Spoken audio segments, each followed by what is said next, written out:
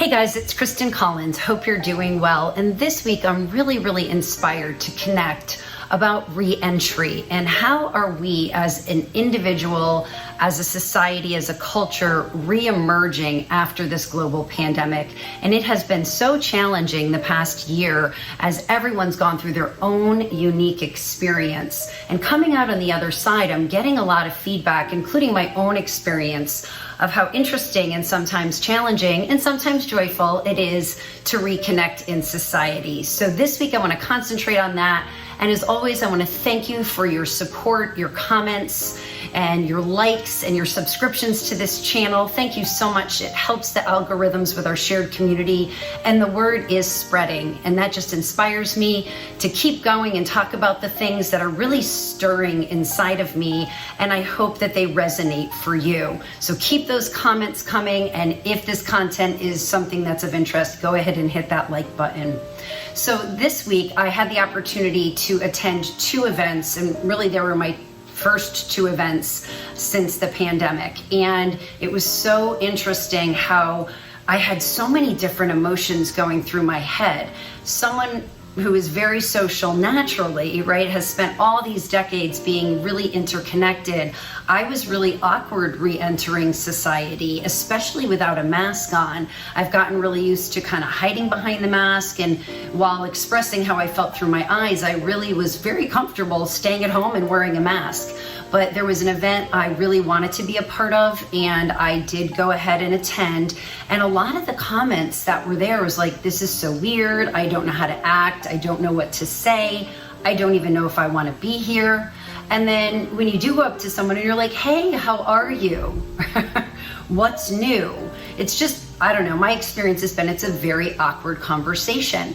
So wanted to bring that top of mind and ask, how are you re-entering life? Are you re-entering life? Are you just rushing in to fill that space and get back to normal without assimilating or incorporating the lessons and the pondering and the hardships and the joys and the gratitude that you've experienced this past year? Are you one that is not able to re-enter right now? And that's okay too, but we are a society that is culturally interconnected. We are tribal. We're not meant to walk this path alone. So how do we re-enter, not understanding what somebody's gone through the past year, connecting with someone that you used to connect with a certain way, and now you're showing up different, they're showing up different, you're not possibly going to get to the bottom of why. That person might not want to share, it might not be the right place, whatever it may be. So this message really is about, we're all doing the best that we can, and we need to cut each other a break. And let's not project our junk on others. And let's also just take into consideration that we have no idea what the walk is of someone else. And everyone is doing the best that they can. So if you have any tips or tools for how you're re-entering, please go ahead and enter those into the chat so we can all learn from one another. I know for me, what I'm doing is before I enter a space, I'm taking some really deep breaths and I'm expressing gratitude for the opportunity to reconnect. I'm expressing gratitude for my health.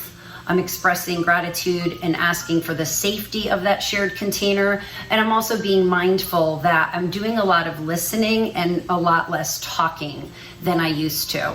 So with that, I'd love to share a thought that bubbled up for me when I was thinking about this topic of re-entry and how it is different and a little bit challenging at times. And it reminded me of a chapter in my new book, Her Phoenix Rising, when I talked about being a flight attendant and how not knowing when you get on an airplane and the person you're sitting next to or the person sitting behind you whose kid is kicking the seat, or that grumpy person or that person crying or that person just oozing with joy, I didn't get the opportunity often to really get to know any backstory. And it was really an opportunity for me to learn how to not judge and understand that I'm not going to know full detail stories often. And also, how do I find that commonality, that interconnectivity as quickly as possible so I can enjoy the journey.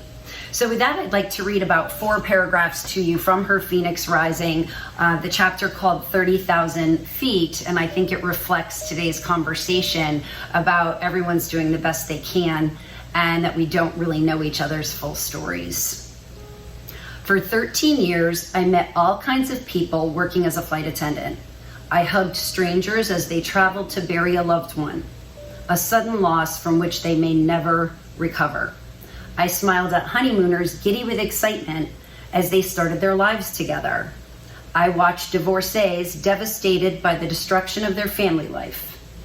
I met people traveling for medical treatment, those heading to meet a new grandchild, business folks who carried the weight of the world on their shoulders, and single moms who faced the challenge of juggling their kids who never seemed to stop crying.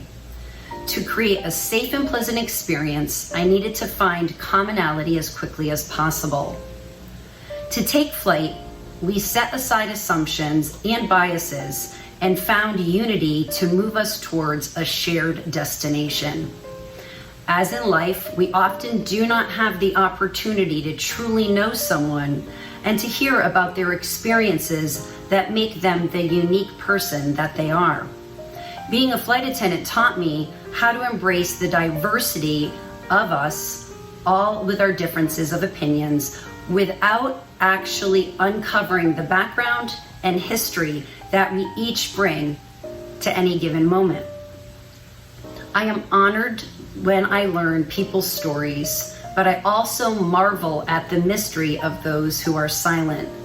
As I performed the safety demonstration and looked out at the sea of faces ready to take flight, there was one thing in common. There was a destination ahead and a purpose in their journey. They wanted to experience a life moment to find answers.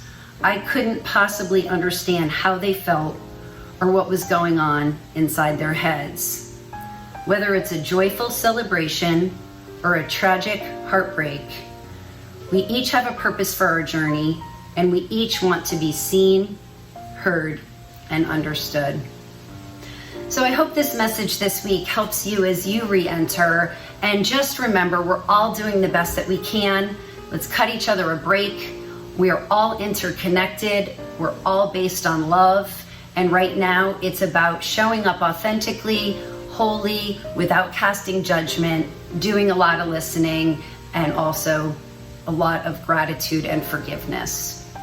So, hope you have a great week. I look forward to connecting next time. And as always, be love. Bye.